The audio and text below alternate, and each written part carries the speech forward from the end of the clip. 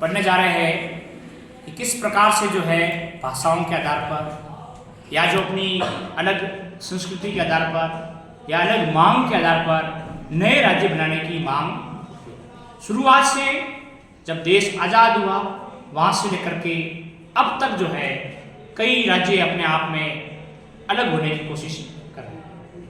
वे मूल राज्यों से अलग होने की कोशिश की जा रही है। उसका एकमात्र कारण यह है कि उनका ऐसा मानना है कि हमारी संस्कृति या हमारे जो विचार है या हमारे जो जिस प्रकार की जो है कल्चर में हम जी रहे हैं वो हम जी नहीं पा रहे या हमें एक अलग से जो राज्य प्रदान किया। तो भाषाओं के आधार पर जो है आप सभी को ध्यान होगा राज्य पुनर्गठन आयोग की स्थापना 1953 के अंदर की। राज्य पुनर्गठन जो आयोग है उस पुनर्गठन आयोग की स्थापना जो है वो 1953 और ये 1956 में क्या होता है 1955 में इसने अपनी रिपोर्ट सौंप दी। तो शुरुआत में जो है आजादी के बाद भारत में 14 राज्य थे। उसके बाद में जब वर्तमान परिप्रेक्ष्य में आज देख रहे हैं तो आज भारत में 28 राज्य। तो इस दौरान समय समय पर राज्यों की मांग उठी नए राज्यों की और सरकारों ने स्वीकार की और धीरे धीरे राज्यों को बनाया। तो जो फजल अली आयोग था तो राज्य पुनर्गठन आयोग के जो अध्यक्ष थे उस समय के न्यायाधीश थे न्यायमूर्ति उनका नाम था फजल अली न्यायाधीश फजल अली। फजल अली की अध्यक्षता में इस आयोग का गठन किया गया राज्य पुनर्गठन आयोग 1953।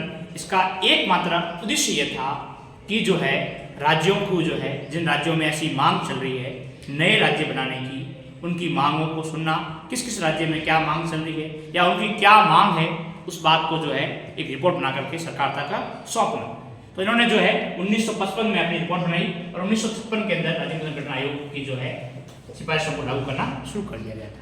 तो इसके आधार पर नए राज्यों को बनाने की मांग। तो भाषाई आधार पर जो है पहला राज्य है वो बनता है आंध्र प्रदेश। भाषा के आधार पर जो पहला राज्य भारत में बनता है वो बनता है आंध्र प्रदेश।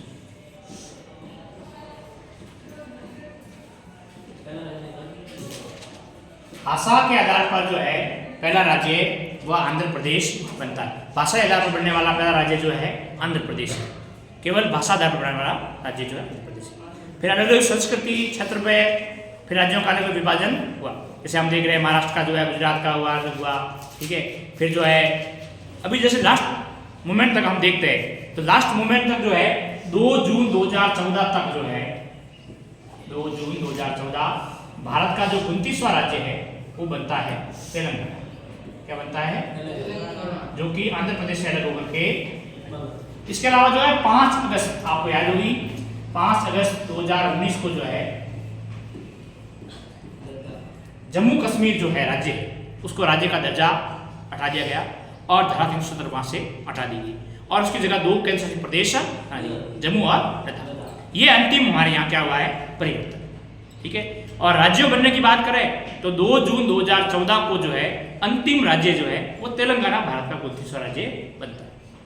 जब जब मांग उठी है अगर मांग वाजिब है तो उन मांगों को स्वीकार करके जो केंद्र सरकार ने नए राज्य बनाने की बात की। अब हम यहाँ देख रहे हैं कि समाज के अंदर कुछ भाषा के आधार पर जो है व्याप्त है विविधता है क्षेत्रीयता है। भारत जो है विविधताओं में एकता भारत की क्या है विशेषता है। यहाँ विभिन्न भाषाओं के बोलने वाले लोग हैं विभिन्न संस्कृतियों को मानने वाले लोग हैं।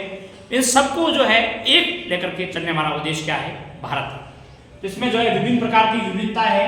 फिर इसमें जो है कुछ क्षेत्रीय सरकार जो है ये मांगती उनको अधिकार दिए जाए उनके अधिकारों का हनन हो रहा है।